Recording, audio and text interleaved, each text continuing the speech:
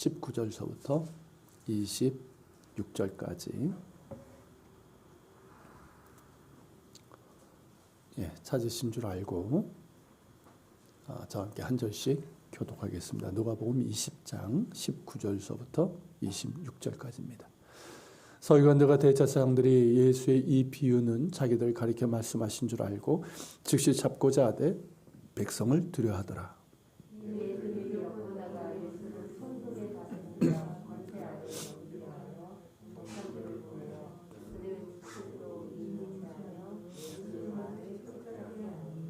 그들이 물어 이르되 선생님이여 우리가 아노니 당신은 바로 말씀하시고 가르치시며 사람을 외모로 취하지 아니하시고 오직 진리로서 하나님의 도를 가르치시나이다.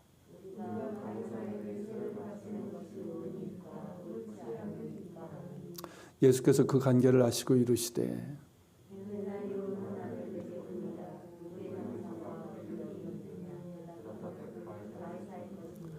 이르시되 그런즉 가이사의 것은 가이사에게 하나님의 것은 하나님께 바치라 하시니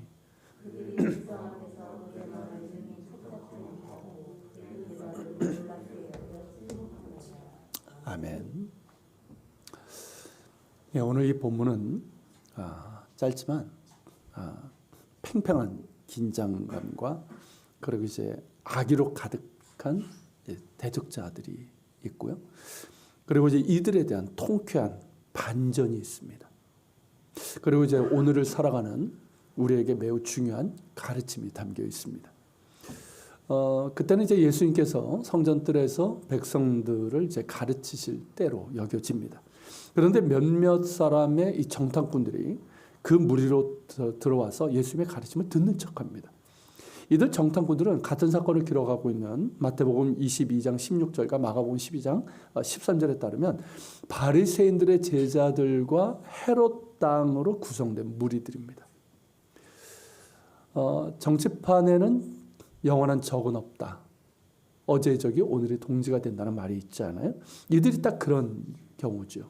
이 바리새인들과 이 헤롯 당은 본래 사이가 좋지 않았습니다.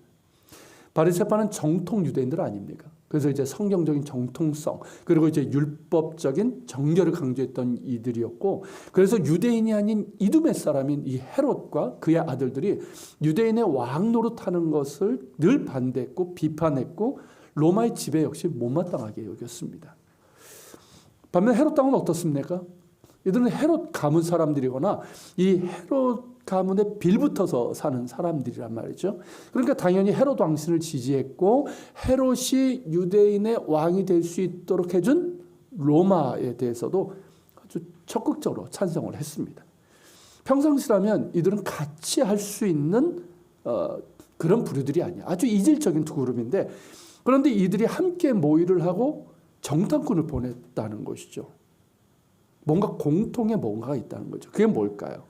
19절에서 보는 것처럼 이 서기관들과 대제사장들은 예수님께서 이제 포도 농부 비유를 말씀하셨잖아요. 악한 그 비유, 악한 농부의 비유.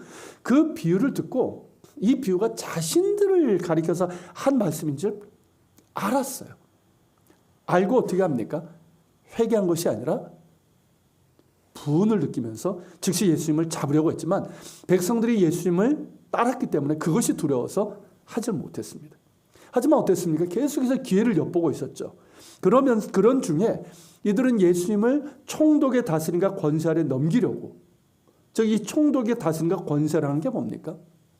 이 유대 총독, 그 당시에 이제 빌라도였죠. 그 총독은 이 로마 황제를 대신하는 권력 아닙니까? 그러니까 그에게 이제 예수님을 반역죄로 넘기겠다는 거죠. 그렇게 이제 넘기려고 이 바리새인들과 이 헤롯 당이 같이 이제 모의를 하고 정탐꾼을 보낸 거죠. 그러려면 이제 반역죄에 해당하는 증거가 있어야 되잖아요. 그걸 이제 만들어내야 되는 거 아닙니까? 항상 만들어내잖아요. 그런 사람들은. 그래서 예수님을 아주 매우 곤란한 어떤 질문으로 몰아세워가지고 그 대답 가운데서 로마에 대한 반역죄가 될 만한 건수를 이제 잡아내려고 한 거예요. 그러니까 이들이 보낸 정탐꾼들은 제자들 중에 어떤 사람? 꽤 똑똑하고 말 잘하고 그리고 이제 속을 드러내면 안 되잖아요. 속을 드러내지 않는 아주 교활한 자들로 구성이 되었을 겁니다. 자, 이들은 예수님의 가르침을 듣는 그 사람들 사이로 들어와서 자신들의 정체를 숨깁니다. 스스로 의인인 척했다고 했는데 이게 무슨 뜻입니까? 복장도 뭐 꽤 그렇게 했고요. 그리고 이제 예수님의 가르침을 들으면서 아주 긍정적인 태도로, 적극적인 태도로 반응하면서 잘 듣는 척했다는 것이죠. 이를테면 아멘, 그렇고 말고, 이야 정말 훌륭한 가르침이야, 그렇게 감탄하면서 말입니다. 그리고 이제 적당한 기회가 되자 예수님을 칭찬합니다. 그게 21절이잖아요. 뭐라고 칭찬합니까? 선생님이여, 우리가 아노니 당신은 바로 말씀하시고 가르치시며 사람을 외모로 취하지 아니하시고 오직 진리로서 하나님의 도를 가르치시나이다. 이것을 이제 톰 라이트가 번역한 하나님 나라 신약 성경이라는 게 있어요.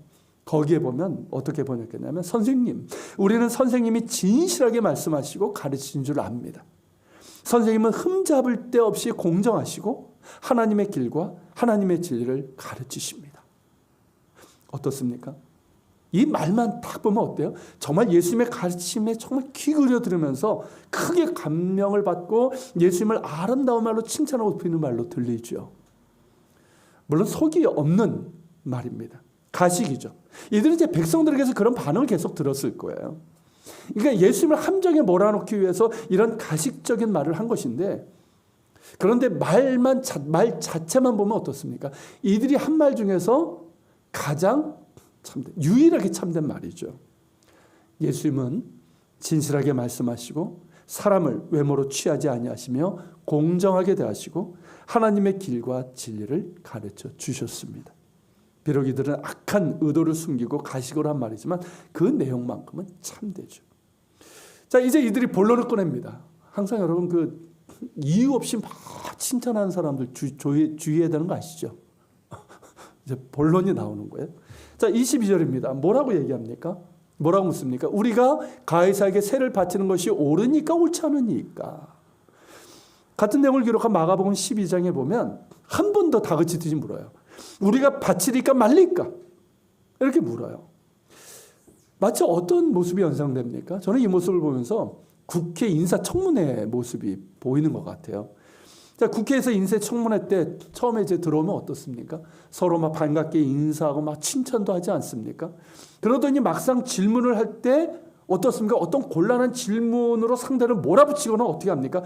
말하세요. 예입니까? 아닙니까? 뭐 딴 말 하지 말고 예, 아니요, 둘 중에 하나만 대답하세요. 그런 장면 보셨죠? 다 그런 모습인 것 같아요. 그러니까 이 질문은 매우 민감하고 아주 간악한 의도가 담긴 함정 질문이에요. 자, 가이사는 누굽니까? 로마 황제를 말하는 거잖아요. 그러니까 황제에게 세금을 바치는 것이 옳은지 예, 아니요로 대답하라는 거예요. 당시 로마는 이스라엘 비롯해서 지중해 전역을 지배하고 있었고 로마의 지배하에 있었던 모든 민족들은 황제에게 세금을 내야 됐습니다. 당시 유대인들이 로마 황제에게 로마에 냈던 세금이죠. 로마에 냈던 세금은 한 사람의 소득의 약 30에서 40%였다고 그래요. 그러니까 상당히 큰 거고 굉장히 부담이 있었고 그런 불만이 있었던 거죠. 그런데 유대인들을 가장 분노케 하고 거부감이 컸던 게 뭐냐면 세금이 여러 종류가 있잖아요. 인두세라는 세금이에요. 이 인두세는 뭐냐면 14세 이상, 65세 이하의 모든 사람에게 부과한 세금입니다. 일종의 뭐라고 하실까요? 오늘날 인두세를. 주민세? 뭐 그런 건데, 특별히 이제 인구조사를 하면은 다 내야 되는 거예요. 근데 이 세금이 인두세가, 당시에 그러니까 노동자의 하루 품삯에 해당되는 1데나리온을 내야 됐어요. 결국 작지 않죠? 적은 세금이 아니에요. 그런데 유대인들이 분노한 이유는 뭐냐면 이 세금이 황제에게 직접 바치는 세금이고도 하거니와 반드시 로마의 동전인 이 데나리온으로 바쳐야 했기 때문에 그래요. 데나리온은 로마의 화폐로 거기에 황제 얼굴이 새겨져 있습니다. 그러니까 새로운 황제가 즉위하면 자기 얼굴을 넣고 새로 또 만들어요. 그러니까 당시 황제가 티베리우스, 성에 이제 디베로 이렇게 나오는데 그가 발행한 이제 동전에는 이 티베리우스의 얼굴이 이렇게 새겨져 있고요. 이 문구가 이렇게 있어요. 티베리우스 가이사라는 뜻이고요. 신성한 아우구스투스의 아들이라는 문구가 새겨져 있습니다. 이거예요. 이 아우구스투스는 로마의 첫 번째 황제가 된 옥타비아누스인데요. 그러니까 예수님이 이제 이 땅에 오셨을 때 탄생 시기 그때요. 이 아우구스투스라는 말이 뭐냐면 신성한 자, 그러니까 신적인 자 이런 뜻이에요. 그래서 이 숭고한 자 이런 뜻인데 원로원으로부터 받은 칭호입니다. 즉 로마 황제는 누구다? 제우스의 아들이라는 거예요. 신의 아들이라는 거죠. 그러면서 황제 숭배가 이때부터 시작이 됐어요. 그러니까 이 티베리우스가 이 아우구스투스의 아들이라는 뜻은 뭡니까? 그도 역시 신의 아들이다 이 뜻이죠. 그리고 이제 동전 뒷면 여러분들이 보시는 저기에 보면 이게 이 의자에 앉아 있는 이게 여자의 모습이 있죠. 저게 뭐냐면 이 신의 보좌예요. 거기에 앉아 있는 티베리우스의 어머니입니다. 어머니 리비아인데 오른쪽에는 이제 올림푸스에 이제 어떤 긴 홀이 있고 올리브 이제 나뭇가지를 이렇게 뭐 있고요. 그리고 이제 글자가 뭐냐면 천상의 여신 뭐 이런 거예요. 평화의 화신. 그러니까 이 티베리우스는 뭡니까? 어머니가 여신이야. 그러니까 여신의 아들인 거죠. 그러니까 이제 이 데나리오는 제우스 이 신의 아들이고 여신의 아들인 황제 티베리우스를 찬양하는 문구가 새겨져 있어요. 이 동전으로 인두세를 내야 되는 거예요. 당시에 이제 일반적으로 유대인들이 사용했던 동전은 아람 동전 혹은 헬라 동전이었습니다. 그런데 인두세만큼은 다른 거는 괜찮은데 인두세만큼은 반드시 이 로마 화폐인 데나리온으로 환전을 해서 내야 되는 거예요. 그러니까 유대인들이 좋아할 리가 없지요. 세금에 대한 부담감이 문제가 아니라 황제에게 내는 세금은 뭘 인정하라는 겁니까? 그를 신의 아들로 인정하라는 것이고 너희는 신의 아들인 황제의 통치를 받고 있으니까 그를 섬기고 그에게 충성하고 그를 숭배하라는 그런 뜻이 담겨져 있는 거죠. 이는 유대인들에게는 신성 모독에 해당이 됩니다. 그리고 우상 숭배와 같은 거죠. 그러니까 강한 거부감을 가졌어요. 그래서 주 6년에서 7년 사이에 갈릴리 사람 유다를 중심으로 반란이 일어났었어요. 그들이 외친 게 뭐냐면 하나님 한 분 외에는 우리에게는 왕이 없다라는 것이었고 이 황제에게 바치는 인두세를 거부하는 운동을 펼쳤습니다. 물론 이제 이 반란은 로마에 의해서 진압이 되긴 했지만 이들이 나중에 열심당을 만들게 돼요. 그래서 끝까지 로마에 대한 이제 무력 저항을 하게 되죠.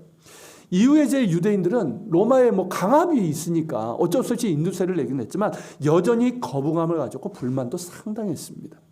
자, 이런 상황이에요. 이해가 되시죠? 자, 이런 상황인데 자, 만일 예수님께서 가이사에게 세금을 바치라고 하신다면 어떻게 될까요?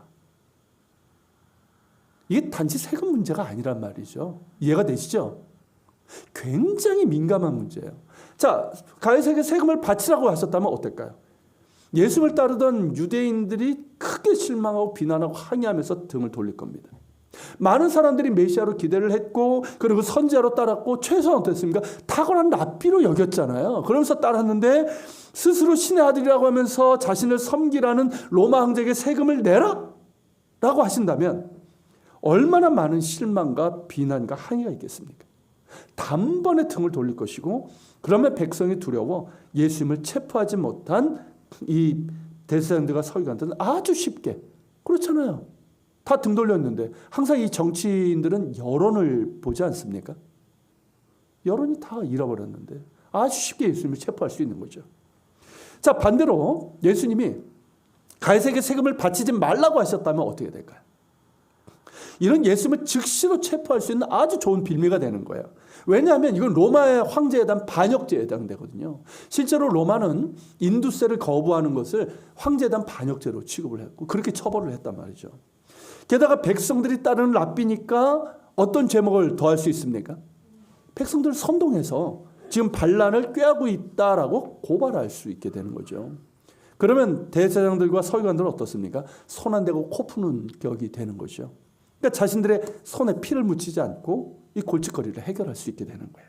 로마 총독이 알아서 처리하고 제거할 테니까 말입니다. 아마도 이들이 원한 최상의 시나리오였을 거예요. 예수님이 가이사에게 내는 세금을 반대하고 그 자리에서 체포해서 반역죄로 총독에게 넘기는 것. 이것이죠. 어떻습니까, 여러분? 가이사에게 세금을 내릴까? 내지 않으리까? 굉장히 민감한 질문이고 교묘한 함정 있는 악의적인 질문이에요. 이 질문에 예 아니면 아니요 둘 중에 하나로 대답하라고 재촉을 했습니다. 여러분이라면 어떻게 대답하시겠어요? 제가 어제 설교를 준비하면서 나라면 과연 어떻게 했을까? 이 본문 예수님께서 어떤 말씀을 하셨는지 다 이건 모른다고 치고 굉장히 어려운 거예요. 아마도 뭐 저도 그렇고 여러분들 뭐 대부분도 그 질문을 어떻게든 회피하려고 했을 거예요. 다들 그렇게 하지 않습니까? 청문회 보면 회피하잖아요. 그래서 다른 질문으로 막 하고 아니면 막 논쟁하고, 그죠? 그렇게 아마 했을 거예요. 하지만 예수님께서는 그들의 속셈을 간파하셨어요. 그러니까 그들의 관계를 아시고 데나리온 하나를 내게 보이라고 하셨습니다. 그러자 이들 가운데 즉시로 하나가 데나리온 하나를 꺼내서 보여주는 거예요. 어떻습니까? 이 모습이? 이들의 주머니에 지금 데나리온이 있다는 거예요. 늘상 가지고 다녔다는 거예요. 예수님을 함정에 빠뜨리기 위해서 했던 이들의 주머니에서 신성모독적인 황제의 얼굴과 문구가 새겨져 있는 이 동전이 나온 거예요. 이런 동전을 늘상 쓰면서 예수님을 함정에 빠뜨리려고 했던 이들의 위선과 악함을 그대로 보여주는 거예요. 이걸 법정 재판으로 본다면 원고가 피고가 되는 순간이에요, 이게. 그리고 이들이 어떤 자들인지 그 전모가 밝게 드러나는 순간인 거죠. 자, 예수님께서는 그들이 꺼내들고 있는 동전에 누구의 형상과 그렸는지를 묻습니다. 당연히 누굽니까? 로마 황제 가이사의 것이죠. 그러자 예수님께서는 가이사의 것은 가이사에게, 하나님의 것은 하나님께 바치라라고 그렇게 말씀을 하셨습니다. 자, 가이사의 것은 가이사에게 돌려주라는 말씀은 이게요, 그렇게 단순한 뜻이 아니에요. 가이사의 것은 가이사에게 돌려주라. 자, 언뜻 보면 세금을 내라라는 뜻, 사실 그런 의미가 있어요. 그러니까 로마의 그 권력, 황제 통치를 인정하고 세금 내라, 그런 의미가 있는 거예요. 가이사건 가이사에게. 그런데 이게 신성모독적인 화폐잖아요. 그죠? 신성모독적인 화폐인데 그거는 그의 것인가 그에게 돌려줘라. 그런 물건 그에게 다 돌려줘서 없애버리는 게 낫다. 이런 의미로 들리는 거예요. 이해가 되십니까? 그러니까 이 말씀을 가지고 뭐 예수님이 황제에게 내는 세금을 거부했다라고 트집을 잡을 수도 없거니와, 그리고 열심당의 주장처럼 로마인들이 받아 마땅한 것을 다 돌려줘야 된다, 그런 의미도 아닌 거예요.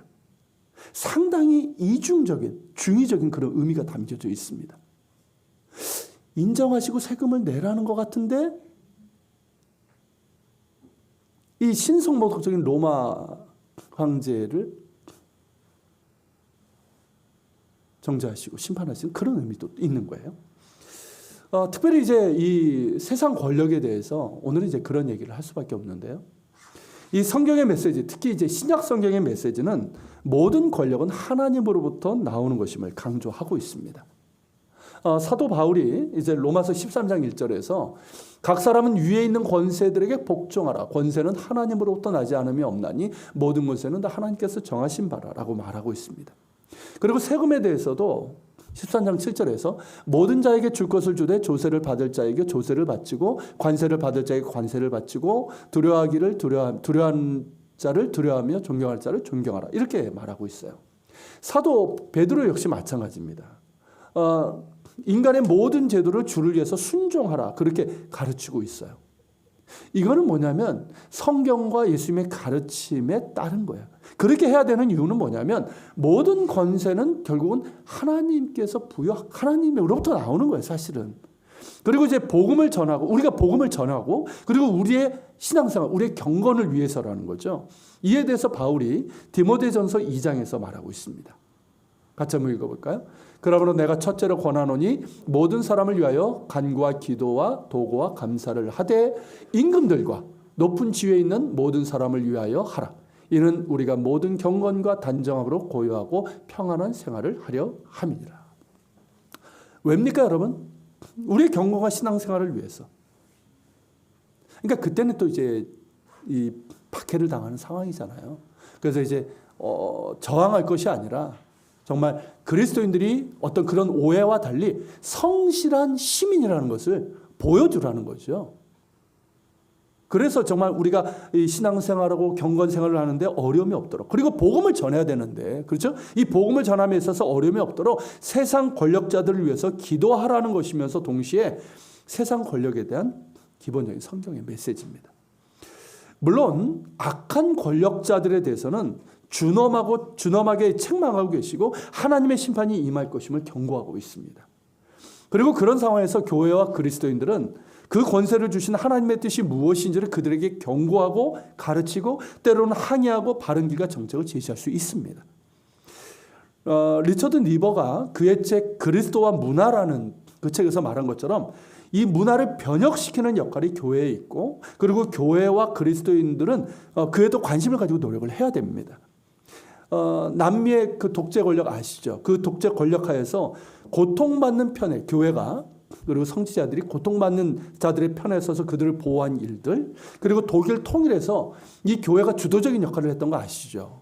그 역할을 하면서 이 베를린 장벽을 무너뜨린 역할을 한 것이나, 또 미국의 흑인 차별에 저항해서 마틴 루터 킹 목사님을 중심으로 해서 이 비폭력 저항 운동을 한 것이나, 또 우리나라의 3.1 만세 운동을 그리스도인들이 주도한 것, 이런 것들이 그 예라고 할 수 있는 거예요. 하지만 성경의 기본적인 메시지는 모든 권세는 하나님으로부터 나온 것이기에 존중할 것이며 세금에 대해서도 바칠 것이고, 다만 그 이유는 뭐냐면 주를 위하여 할 것임을 말씀하고 있습니다. 복음을 위해서, 우리의 경건한 신앙생활을 위해서 그렇게 하고 그들을 위해서 기도하라는 거예요. 그리고 이 말씀에서 초점은 뭐냐면 하나님의 것은 하나님께 바치라는 데 있는 거예요. 이게 강조점이에요. 자, 예수님께서 당시 사람들을 책망하신 이유가 뭡니까? 자, 그들이 살아계신 참 하나님을 예배하고 세상 앞에서 그분의 백성으로 사는데 전적으로 실패했기 때문에 그런 거예요. 그 대표적인 예가 바로 성전 아닙니까? 자, 우리가 이미 본 것처럼 성전은 어떤 곳입니까? 어떤 곳이 되어야 됩니까? 가장 거룩하고 만민이 기도하는 집이 되어야 합니다. 그리고 살아계신 하나님 앞에 온 마음을 다해서 예배하고 희생 제물을 드림으로써 하나님의 것을 하나님께 드려야 하는 거 아니에요? 그런데 그들은 성전을 뭘로 만들었습니까? 강도의 소굴로 만들었잖아요. 결국 예수님의 말씀은 너희가 도둑질한 하나님의 것을 바로잡아 온전히 하나님께 드리라는 거예요. 성전도 그렇게 하고 모든 우상을 버리고 살아계신 참 하나님만을 예배하며 세상 가운데서, 열방 가운데서 하나님의 백성으로 살아가는 소명과 삶을 회복하라는 것입니다. 그러면 가이사의 문제, 곧 로마의 문제도 결국에는 자연히 해결될 것입니다. 하나님께서 친히 바로잡으시고 심판하실 것이기 때문입니다. 하지만 이스라엘은 끝까지 어떻게 합니까? 하나님의 것을 하나님께 드리지 않았어요. 그들의 생각대로, 그들의 방법대로, 그들의 힘으로 로마에 대항했고 결국 주 70년의 로마에 의해서 처참한 최후를 맞이하게 되죠. 그리고 무엇보다 그들은 하나님의 것을 가이사에게 바쳤습니다. 진정한 하나님의 형상을 지니고 계시고 하나님의 아들이심이 분명하신 분을 황제에게 넘겼어요. 무슨 의미인지 이해가 되시죠? 하나님의 아들을, 하나님이신 분을 가이사에게 바친 거예요. 하지만 그들은 전혀 깨닫지 못했지만 그것은 뭐가 되었습니까? 하나님께 바쳐진 것이 되었어요.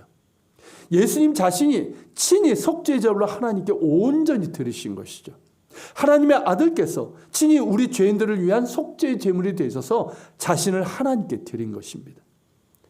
이 또한 어떻습니까? 기가 막힌 반전이고 위대한 역전입니다. 로마 황제가 자신의 권력을 위해서 즐겨 쓰던 도구가 뭡니까? 그게 무기가 십자가였어요. 자기 권력을 유지하기 위해서. 그런데 그 십자가가 예수 그리스도를 통해서 하나님께서 택하신 구원의 수단이 된 것입니다. 할렐루야. 여러분, 그렇다면 오늘 이 말씀은 우리에게도 동일한 명령으로 주어집니다. 하나님의 것을 하나님께 드리라는 것이죠. 그런데 여러분, 무엇이 하나님의 것입니까? 우리의 무엇이 하나님의 것입니까? 우리의 무엇이 하나님의 것이에요? 우리의 모든 것 아닙니까? 우리 자신도 하나님의 것이고 우리의 모든 것이 하나님의 것입니다. 그 모든 것을 하나님께 드리라는 것이죠. 즉 이 말은 뭐냐면 나는 하나님의 것임을 알고 나의 모든 것을 하나님께 드리는 마음으로 하나님과 관계를 맺고 하나님을 예배하고 하나님께 대한 믿음과 순종의 삶을 살아가라는 것이에요. 나는 하나님의 것이기에. 세상에 대해서도 하나님의 것인 하나님의 자녀 아닙니까 우리가? 그러니까 예수 그리스도의 것인 그리스도인 아니에요? 그리스도인이라는 말 자체가 그리스도의 것이라는 뜻이잖아요. 그런 그에 합당한 삶을 살아가라는 것이죠. 세상의 빛과 소금으로 살아가면서 하나님의 영광을 드러내고 그리스도의 복음을 증거하는 그 삶을 살아가라는 것이죠. 그것이 하나님의 것을 하나님께 드리는 거예요. 그렇게 하나님의 것인 문 영혼들에게 복음을 전해서 그들이 예수님을 영접함으로써 하나님께 드려질 수 있게 하라는 것입니다. 열방의 복음을 전함으로써 하나님의 것을 하나님께 되돌려 드리라는 것이죠. 그렇게 해서 하나님의 것인 우리 자신을 하나님께 온전히 드리고 하나님의 것인 세상을 하나님께 다시 돌려드리라는 것이에요. 교회도 마찬가지입니다. 교회는 그리스도의 것입니다. 그리스도만이 교회의 머리시고 주인이십니다. 우리는 다만 그 몸의 지체일 뿐이에요. 교회 타락은 여러분 예루살렘 성전의 타락과 마찬가지로 언제나 그리스도의 것을 그리스도께 바치지 않고 인간이 갖고자 할 때였어요. 인간이 주인 되려고 할 때입니다. 그리스도의 것인 교회를 자신의 것으로 주장하고 탐하는 것은 주님의 것을 도둑질하는 것이죠. 강도의 소굴로 만드는 거예요. 지금 한국교회가 점점 그렇게 되어가고 있습니다. 교회는 그리스도의 것입니다. 하나님의 것이에요. 그러게 사람이 주인된 모든 것을 바로 잡아서 하나님께 온전히 드려야 됩니다. 그리스도의 것인 교회를 온전히 그리스도께 드려야 되는 거예요. 이게 개혁이에요. 이것이 진정한 교회 개혁이고 지금 한국 교회에게 주어진 너무나도 중요한 과제입니다. 만일 돌이키지 않으면 하나님께서 직접 하실 것입니다. 그것이 무엇을 의미하는지 아시잖아요. 심판을 의미하고 촛대를 옮기는 것을 말합니다. 두려운 일이 아닐 수 없습니다. 그렇게 되지 않도록 우리 모두가 정말 회개하는 마음으로 기도하고 또한 포기하지 않고 계속 말해야 되고 바로잡고라는 노력을 해야 됩니다. 명성교회 세습 문제도 여러분 어느 정도는 알고 계시지만 정말 그걸 보면 때로는 계란으로 바위치기 같이 느껴지기도 합니다. 그래서 정말 맥이 빠지고 그냥 이렇게 유야무야 하면서 넘어가는 것 같아서 화도 나지만 저를 비롯해서 많은 목회자들이 함께 기도하고 교회는 사람의 것이 아닌 주님의 것을 알리면서 지속적으로 노력하고 있습니다. 그들이 돌이키면 정말 다행이지만 끝까지 돌이키지 않을 때는 하나님께서 어떤 방법으로든 그들을 심판하실 것이고 바로 잡으실 것입니다. 우리는 끝까지 포기하지 말고 절망하지 말고 그렇다고 인간적인 분노가 되지 않도록 주의하면서 한국교회를 위해서 기도해야 할 것입니다. 그리고 무엇보다 나 자신이 하나님의 것임을 분명히 기억하고 하나님께 나를 온전히 드리는 그런 믿음과 삶을 살아야 할 것입니다. 로마서 12장 1절에서 우리 몸을 거룩한 산 제물로 드리라고 말씀하고 있잖아요. 우리의 삶 모두를 우리의 믿음과 우리의 생각과 우리의 삶 모두를 하나님께 거룩한 산 제물로 드리라는 거예요. 이것이 우리가 하나님께 드릴 영적 예배라는 것입니다. 하나님의 것을 하나님께 온전히 드릴 수 있는 우리가 될 수 있기를 바랍니다. 오늘 본문의 예수님의 말씀, 가이사의 것은 가이사에게, 하나님의 것은 하나님께 바치라는 이 말씀은 많은 경우 국가와 교회, 정치와 교회에 대한 것으로 해석하기도 합니다. 우리나라의 경우에도 과거 이제 민주화 운동 한참 이제 80년대, 70년대, 80년대 그때 이제 민주화 운동이 한창일 때 이 본문을 가지고 교회와 그리스도인들이 그때 이제 독재 권력에 대한 거였잖아요. 어떤 자세를 취해야 되나. 그래서 많은 해석과 고민이 있었습니다. 그리고 오늘날 한국교회 일부지만 정말 심히 염려되는 그런 부분을 보면 이 말씀의 의미를 바르게 볼 필요가 있습니다. 언제부터인가 한국 사회는 이 보수와 진보라는 정치 프레임에 갇혀버리고 서로 극한으로 대립하면서 서로를 적대시하는 흐름으로 가고 있습니다. 그리고 기독교인들 역시 그런 상황으로 가는 것 같고, 특히 이제 정치적인 보수 교인들이 점점 극우적인 성향으로 가고 있는 것은 아닌가 심히 염려가 됩니다. 뭐 어느 나라든 이제 보수와 진보가 있고요. 뭐 중도도 있는 것이고, 이 둘 간의 어떤 대립과 갈등은 다 있어요. 근데 우리나라는 이 비정상적으로 심하고 일부 목회자들과 교인들까지 여기 편성하고 있어서 교회 내에서도 어떻습니까? 그로 인한 문제가 되고 있다라는 것이죠. 특히 정치적으로 극우의 성향을 보이는 분들이 더욱 그러한데, 그분들을 보면 이제 반대편에 있는, 자신들하고 이제 의견을 같이 하지 않는 그런 분들, 혹은 이제 반대편에 있는 현 정권이나 그런 사람들을 아무런 주장 없이 뭐라고 얘기합니까? 좌파를 넘어서 종북 좌파라고 하면서 심지어 빨갱이라고 그렇게 비방하고 공격을 합니다. 페이스북에 보면 뭐 그런 분들이 참 의외로 많아요. 지금 교회 이미지를 정말 이 바닥으로 떨어뜨려 놓은 1등 공신 정광훈 씨. 이 사람을 제가 목사라고 부르지 않는 이유는 여러분 아시겠지만 본래 소속 교단에서 목사 제명을 당한 사람이에요. 그런데 이제 자기가 이제 교단을 만들어 가지고 총회장 노릇을 하고 있죠.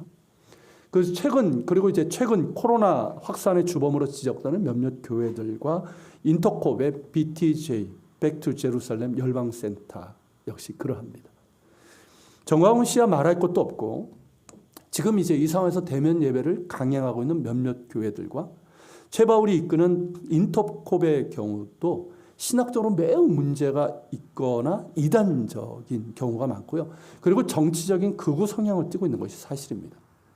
물론 이제 코로나 상황과 관련해서 때로는 저도 그런 느낌을 가질 때가 있어요. 정부 당국의 어떤 조처나 언론의 그런 보도 등을 이렇게 보면 교회에 너무 편파적이고 부정적인 것들을 너무 부각시키는 듯한 그런 느낌을 받아서 저도 좀 불만스러울 때가 있어요. 하지만 현재 상황에서 교회라는 것이 뭡니까? 우리 사회에 대한 공익성이라는 게 있잖아요. 그 책임이 있잖아요. 공익성과 공교회성을 있는데 그것을 인식하고 책임 있는 행동을 해야 되고, 방역 당국의 지침에 적극 따라야 합니다. 대부분의 교회가 그렇게 하고 있어요. 그렇지만 일부 교회들은 이를 종교 탄압이냐 하면서 정치 이데올로기로 그렇게 접근하고 있는 것입니다. 제 주변만 봐도 지나치게 극우적인 성향으로 현 정권을 적대시하고 자신들과 정치적인 입장이 다른 사람들을 역시 정죄하고 적대시하는 분들이 있어요. 그분들을 볼 때마다, 그리고 막 입에 담지면서 어떻게 저런 말이 나올 수 있나 할 정도 그런 말들이 나오는데, 그런 분들을 볼 때마다 이분들이 신앙은 과연 뭘까? 이분들이 믿는 것은 과연 무엇인가 하는 의문을 지울 수가 없습니다. 목회자로서, 그리스도인으로서 어떻게 저런 말을 할 수 있나 싶을 때가 있어요. 여러분, 지금 제가 정치 이야기를 하는 게 아닙니다. 저는 설교 중에 정치 이야기를 하는 것을 매우 주의하고 있고 하지 않는 것이 원칙입니다. 제가 지금 말씀드리는 것은 뭐냐면, 교회란 도대체 무엇인가 하는 거예요. 교회란 무엇인가? 그리고 우리 그리스도인들은 정치적 이념 문제에 대해서 어떤 태도를 지녀야 되는가 하는 이 문제인 거예요. 우선 여러분, 정치 이데올로기, 이 정치 이념은 뭔지 아십니까? 이거를 이제 그 정의를 내리면 이런 거예요.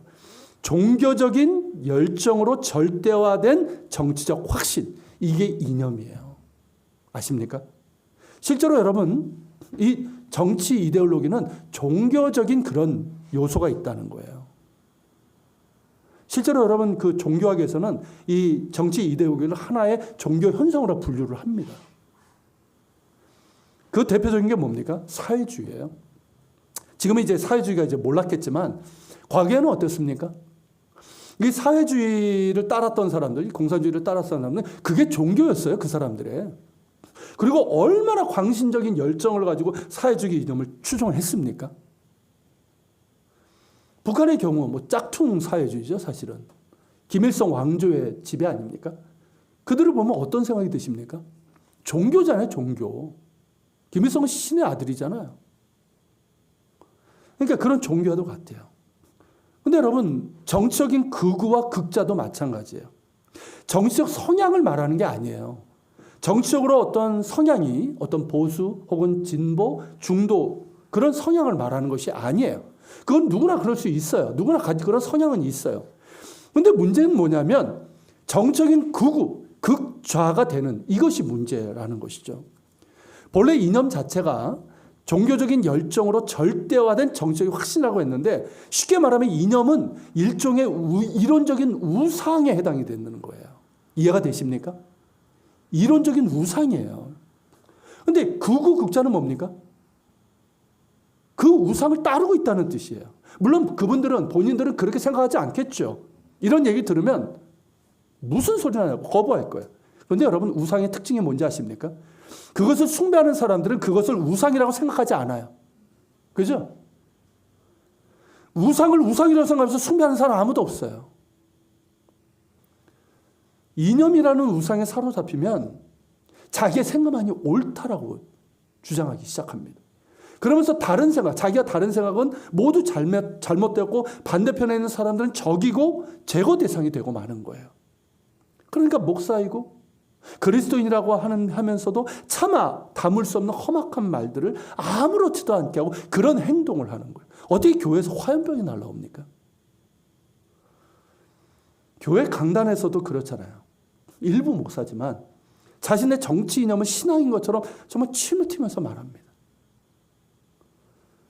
하지만 여러분 예수님의 모습은 어떠하십니까? 예수님의 가르침의 의미는 뭡니까 여러분? 예수님께는 로마 제국도 유대 민족주의도 중요하지 않았어요. 여러분 당시에도 정치 이념이 있었습니다 여러분. 극우도 있었고 극좌도 있었어요. 하지만 예수님께서는 어떤 것도 취하지 않으셨습니다. 오히려 그들 양쪽을 책망하셨고 경계하셨어요. 당시에 극우는 누굴까요? 제사장들, 바리새인들, 헤롯 당들이에요. 이들을 정말 책망하셨잖아요. 화 있을지 앞에서 책망하셨어요. 그리고 당시에 극자는 누굽니까? 열심당원들이에요. 그들 역시 경계하시면서 칼로 일어선 자는 칼로 망하리라고 하셨단 말이죠. 여러분 예수님에게서 중요한 것은 하나님 나라였습니다. 하나님 나라예요. 하나님 나라와 그 의입니다. 그 외의 모든 것은 상대적인 거예요. 그리고 예수 그리스도의 복음은 차별이 없습니다. 여러분 하나님 나라에서 그리고 복음 안에서는 정적인 보수도 진보도 우파도 좌파도 다 상대적이고 모두가 하나님의 자녀로 그리스도의 몸의 지체로 새로워져야 하는 거예요. 우리가 정말 하나님 나라의 의를 구한다면 우리가 정치적으로 보수나 진보 혹은 중도적인 성향을 가진다 해도 그것은 그렇게 중요하지 않습니다. 거기에 목매지 않습니다. 만약 거기에 목맨다면 그건 뭡니까? 그건 우상 숭배예요. 오직 하나님 나라와 그 의만 절대적입니다. 할렐루야. 그리고 우리가 교회가 무엇인지 알고 복음이 무엇인지를 분명히 안다면 강단에서 그런 정치적인 선동을 하지 않을 것이고 교회 내에서도 정치 이념으로 서로를 정죄하고 대립하고 갈등하는 일이 없을 것입니다. 교회는 그리스도의 몸이에요.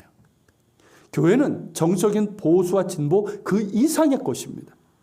정적인 이념을 마치 신앙인 것처럼 주장하기 시작하면 교회는 더 이상 그리스도의 몸이 아닙니다. 그렇지 않습니까? 그리스도의 것을 가이사에게 내주는 것과 같은 거예요. 그런 우를 범해서는 안 됩니다. 교회는 그리스도의 몸이고 복음에는 차별이 없습니다.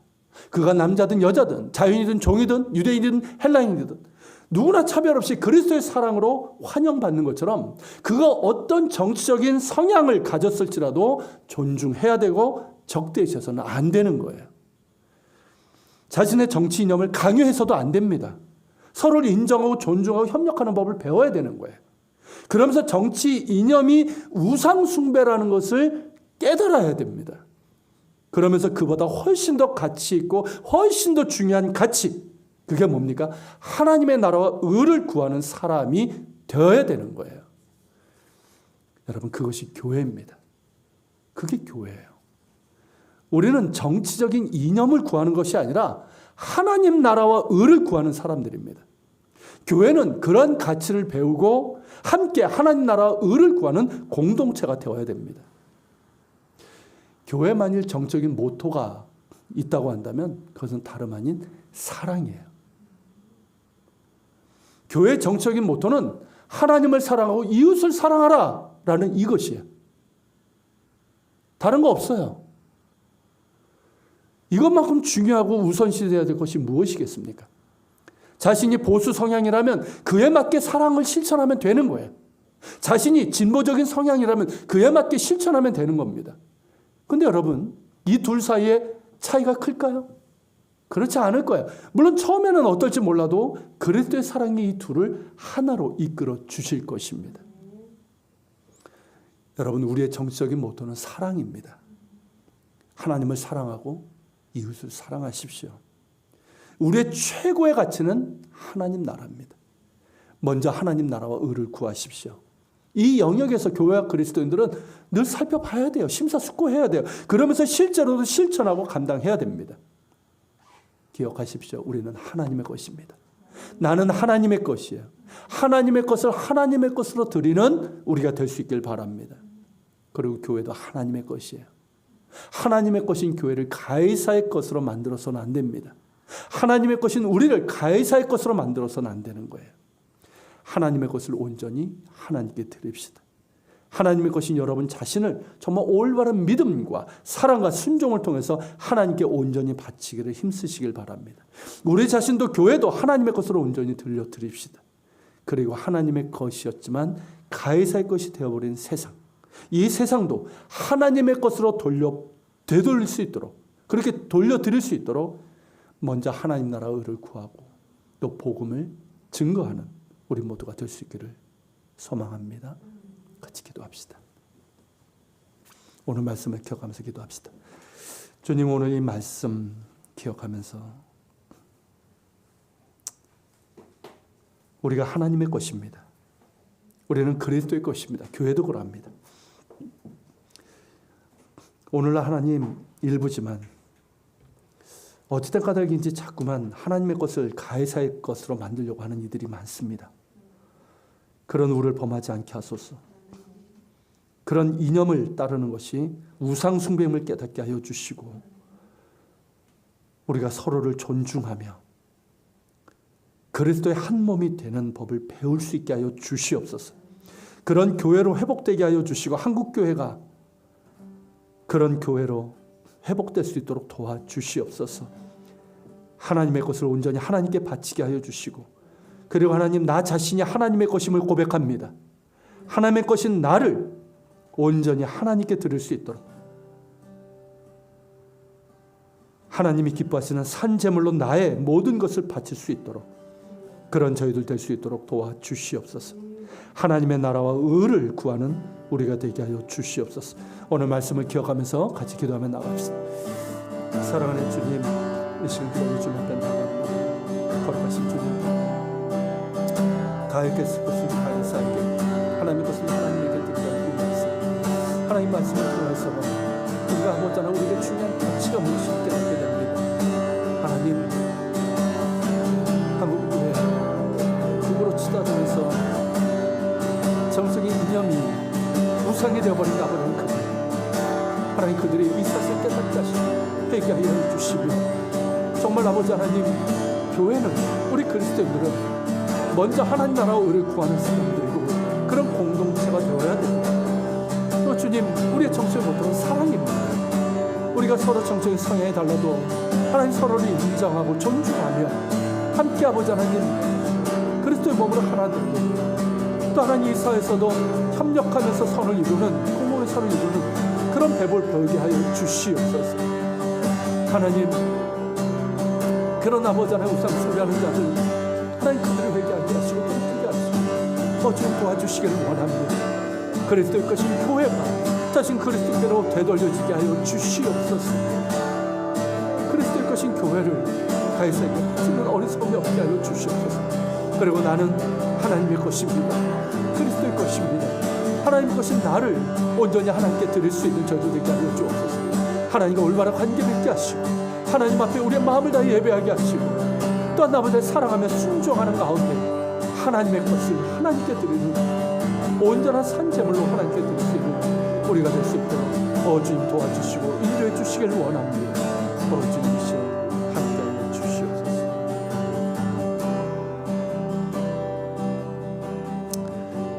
주님 감사합니다. 너무나 중요한 말씀을 우리에게 주심에 감사합니다. 우리가 세상을 살아가면서 얼마나 많이 가해사의 것에 마음이 뺏기는지요. 심지어 하나님의 것을 가해사의 것으로 만들려고 하는 그런 어리석음을 우리가 범합니다.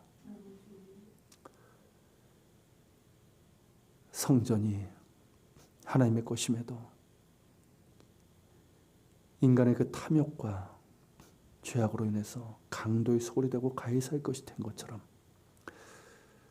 지금 한국교회도 그렇게 돼가고 있는 것은 아닌지 심히 염려가 되고 하나님께 용서를 구하게 됩니다. 우리의 탐욕과 죄악을 용서하여 주시옵소서. 교회는 그리스도의 것입니다. 하나님의 것입니다. 하나님의 것을 가이사의 것으로 만들지 않게 하여 주시고 다시 하나님께 온전히 되돌려 드릴 수 있는 한국교회가 되게 하여 주옵소서. 회개가 일어나게 하여 주시고 특별히 하나님 정적인 극우 혹은 극좌의 성향을 보이면서 그렇게 자신의 정치 이념을 신앙으로 포장해서 참으로 험악한 말들을 쏟아내고 정죄하며 그렇게 분열을 일으키는 이들이 있습니다. 그들을 깨닫게 하여 주옵소서. 그 이념이 우상 숭배라는 걸 깨닫게 하여 주시옵시고 우리에게 최고의 가치는 절대적인 가치는 하나님 나라와 의라는 것을 기억하게 하여 주옵소서. 교회의 정적인 모토는 사랑밖에 없습니다. 이것도 기억하게 하여 주옵소서. 그리고 교회는 그가 정적인 성향이 어떠하든 존중하고 또 그리스도의 몸으로 하나 되기에 힘써야 되고 또 세상에서도 같은 국민으로서 존중하고 협력하는 법을 배우는 그런 교회 공동체가 될 수 있도록 도와주시옵소서. 교회가 바로 서지 않고 어떻게 세상이 바로 설 수 있겠습니까? 하나님 우리를 고쳐주시옵소서. 그리고 무엇보다 하나님의 것인 나를 온전히 하나님께 바칠 수 있는 우리 모두가 되게 하여 주시옵소서. 나는 하나님의 것입니다. 잊지 않게 하여 주옵소서. 그러기에 하나님 나의 모든 것을 거룩한 산제물로 하나님께 드리길 원합니다.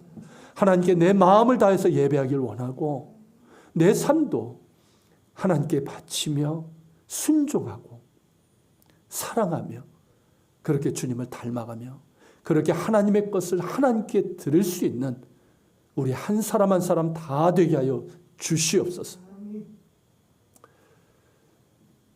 또한 주님 감사합니다. 오늘 예물을 주님 앞에 드립니다. 주님 앞에 예배드리고 또 예물도 드립니다. 빈손으로 주님 앞에 나아가지 않습니다. 하나님 우리의 예물에 담겨져 있는 우리의 마음도 헤아려 주시옵소서.